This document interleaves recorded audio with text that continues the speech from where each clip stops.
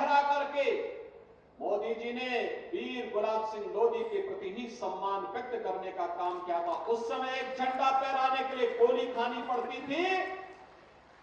इस बार 140 करोड़ का भारत हर घर में तिरंगा लहरा करके अपनी आजादी की 75 वर्ष पूर्ण होने का उद्घोष कर रहा था। यही अंतर है। जब कोई देश स्वाधीन रहता है तो अपनी स्वाधीनता का आनंद किस रूप में लेता है। हर घर तिरंगा के आनंद ने हम सबको उसके साथ जोड़ने का कार्य किया था और इसीलिए प्रधानमंत्री मोदी जी ने आजादी के अमृत महोत्सव वर्ष के अवसर पर आजादी के 25 वर्ष के आगामी कार्य योजना को देशवासियों के सामने रखा।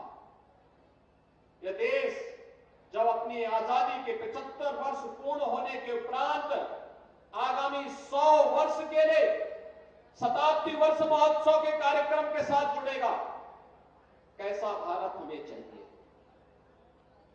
कैसा भारत चाहिए? विकसित भारत, यानी हम सबका संकल्प विकसित भारत। उस विकसित भारत को बनाने के लिए हमें क्या करना है? हर नागरिक के लिए पंच प्रण की बात प्रधानमंत्री मोदी जी ने की। ये पंच प्रण, इसमें आजादी के इन बंदों का सम्मान करना भी है, देश के सुरक्षा बलों के जवानों का सम्मान भी करना है, गुलामी के हिंसों को समाप्त भी करना है, आत्मनिर्भरता के लक्ष्य को प्राप्त करने के लिए अहर्निश प्रयास करना है, बांटने वाली ताकतों से सावधान रह करके एकता और एकात्मता के लिए कार्य भी करना है और अपने नागरिक कर्तव्यों का भी निर्वहन ईमानदारी पूर्वक करना है। नागरिक कर्तव्यों का निर्वहन तभी हो पाएगा जब व्यक्ति संविधान पर विश्वास करेगा। नागरिक कर्तव्यों का निर्वहन व्यक्ति तभी कर पाएगा जब उसके लिए देश सर्वोपरि हो। हम सबका लक्ष्य होना चाहिए, पहले मेरे लिए देश होगा। जब इस लक्ष्य को लेकर के हम कार्य करते हैं तो फिर वह देश आगे बढ़ता है। आज भारत पिछले 10 वर्ष में प्रधानमंत्री मोदी जी के नेतृत्व में विकास की जिस नित नई बुलंदियों को छूता हुआ दिखाई दिया, इससे बड़ा सौभाग्य क्या हो सकता है? हमारा भारत, पहले दुनिया में सम्मान नहीं था, लोग हंसते थे, तमाम प्रकार की टिप्पणी करते थे। पिछले 10 वर्ष में भारत ने विकास की एक नई ऊंचाइयां प्राप्त की। पिछले 10 वर्ष में भारत आज दुनिया में नेतृत्वकर्ता के रूप में दिखाई दे रहा है और इससे बड़ा सौभाग्य क्या हो सकता है? जिस ब्रिटेन ने लगभग 200 वर्षों तक भारत में शासन किया, आजादी के अमृत महोत्सव में हमने उस ब्रिटेन को पछाड़ करके दुनिया की 5वीं बड़ी अर्थव्यवस्था के रूप में भारत को स्थापित करने का कार्य किया। किसी भी देश के लिए गौरवशाली हो सकता है और ये आगामी कार्य योजना को भी हमारे लिए आह्वान करने के लिए अमृत महोत्सव हम सबको एक नया आह्वान कर रहा है। अमृत काल का एक द्वितीय वर्ष प्रारंभ होने वाला है।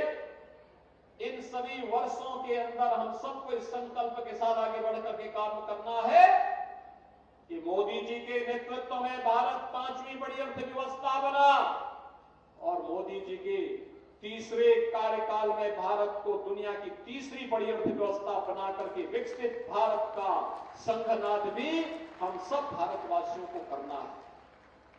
बहनों और भाइयों, आज उसी संकल्प को आगे बढ़ाने के लिए विकसित भारत का विकसित उत्तर प्रदेश हो, विकसित भारत के विकसित उत्तर प्रदेश के लिए आज हम सब फिर 241 करोड़ रुपए की परियोजनाओं को लेकर के उन्नाव जनपद में आए हैं।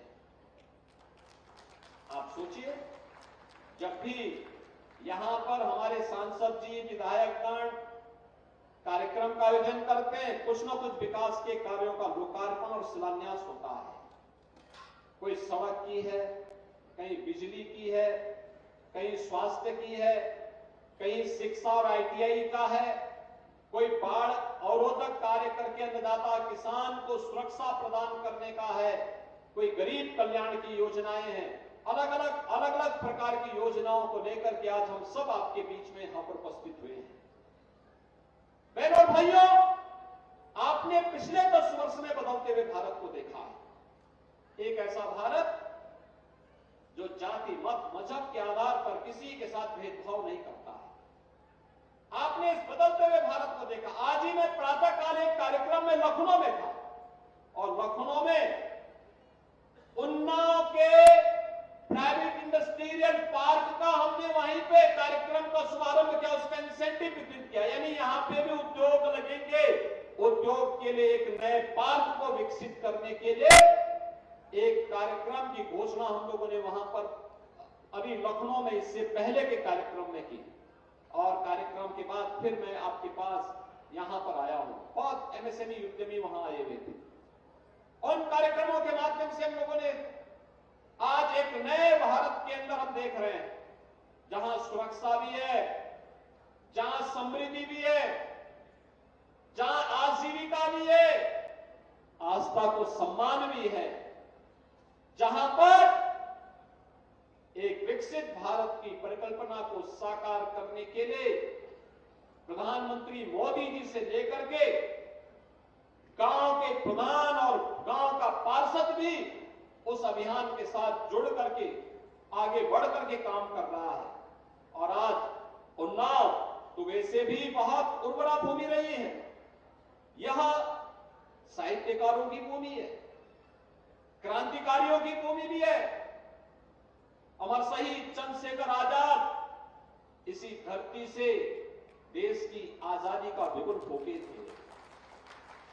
कौन नहीं जानता है कि यह धरती पंडित प्रताप नारायण मिश्र जी की धरती है, महाकवि सूर्यकांत त्रिपाठी निराला जी की धरती है, गया प्रसाद शुक्ल स्नेहिक जी की धरती है, आचार्य नंद दुलारे वाजपेयी जी की धरती है, डॉक्टर शिव मंगल सिंह सुमन जी की धरती है, श्री भगवती शरण वर्मा जी की धरती है, डॉक्टर रामविलास शर्मा जी की भूमि धरती है और आज के साहित्यकार के रूप में विधानसभा के हमारे पूर्व अध्यक्ष श्री हृदय नारायण दीक्षित जी की भी पावन धरती है।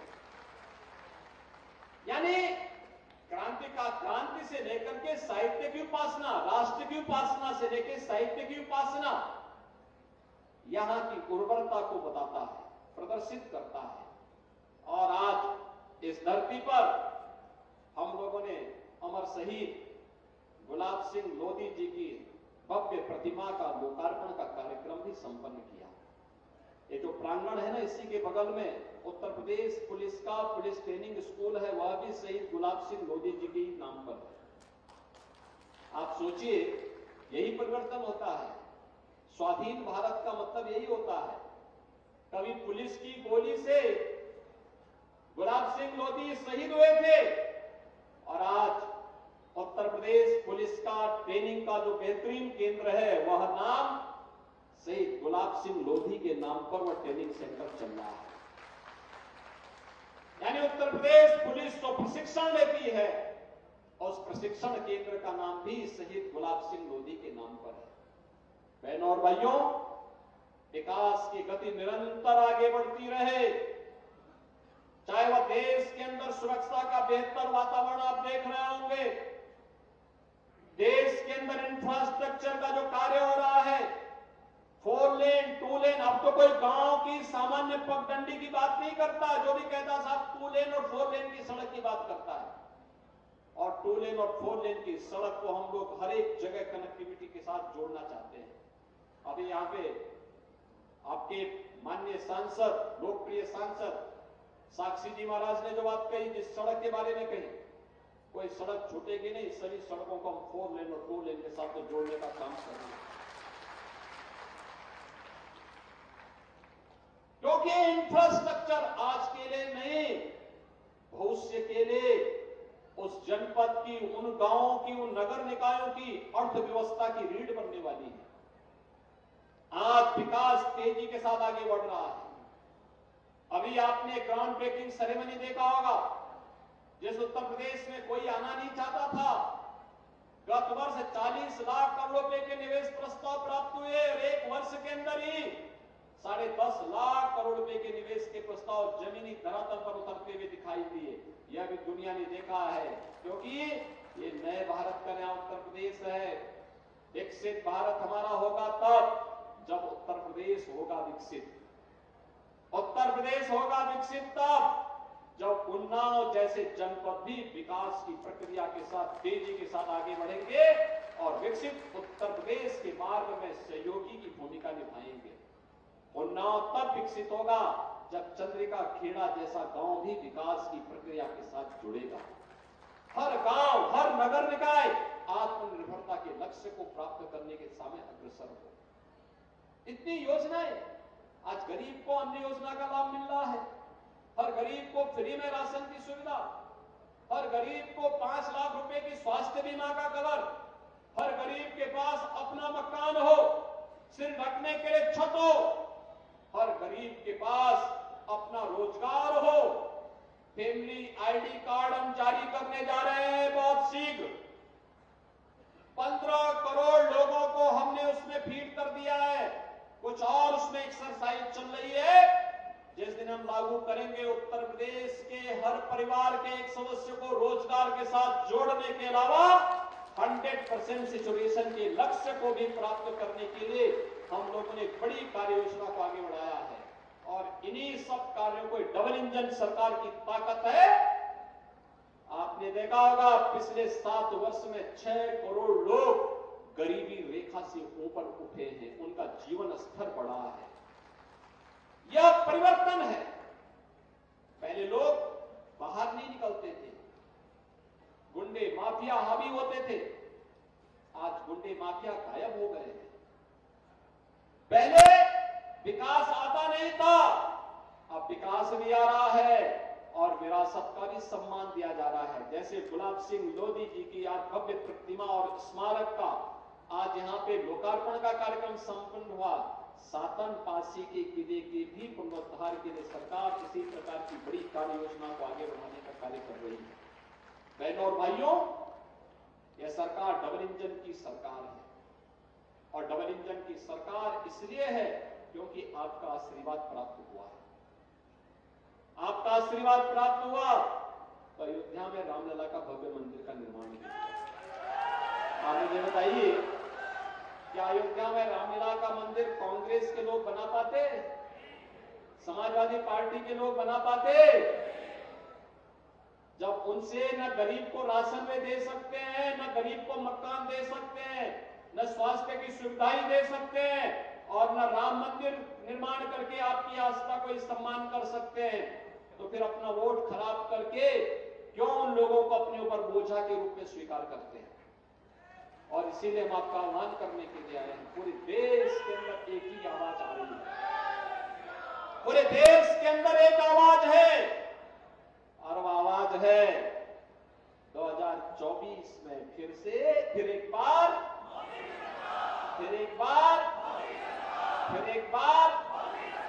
मोदी सरकार का पूरे देश के अंदर एक आवाज आ रही है। क्या आप सब सहमत हैं? सभी लोग सहमत हैं? बहनों और भाइयों, मैं यहां के लोकप्रिय सांसद साक्षी जी महाराज को हृदय से धन्यवाद दूंगा कि उन्होंने मुझे आज इस जनपद में चंद्रिका खेड़ा गांव को देखने का मुझे अवसर दिया है। वास्तव में आधुनिक भारत के तीर्थ हैं, आधुनिक भारत के तीर्थ, जिनकी शहादत के कारण, जिनके बलिदान के कारण यह देश आजाद हुआ, उनकी मातृभूमि को देखने का सौभाग्य मुझे प्राप्त हुआ। और आज श्री गुलाब सिंह लोधी जी की इस भव्य प्रतिमा का लोकार्पण का कार्यक्रम करने के साथ ही यहां के विकास को और गति देने के लिए मुझे आने का अवसर प्राप्त हुआ।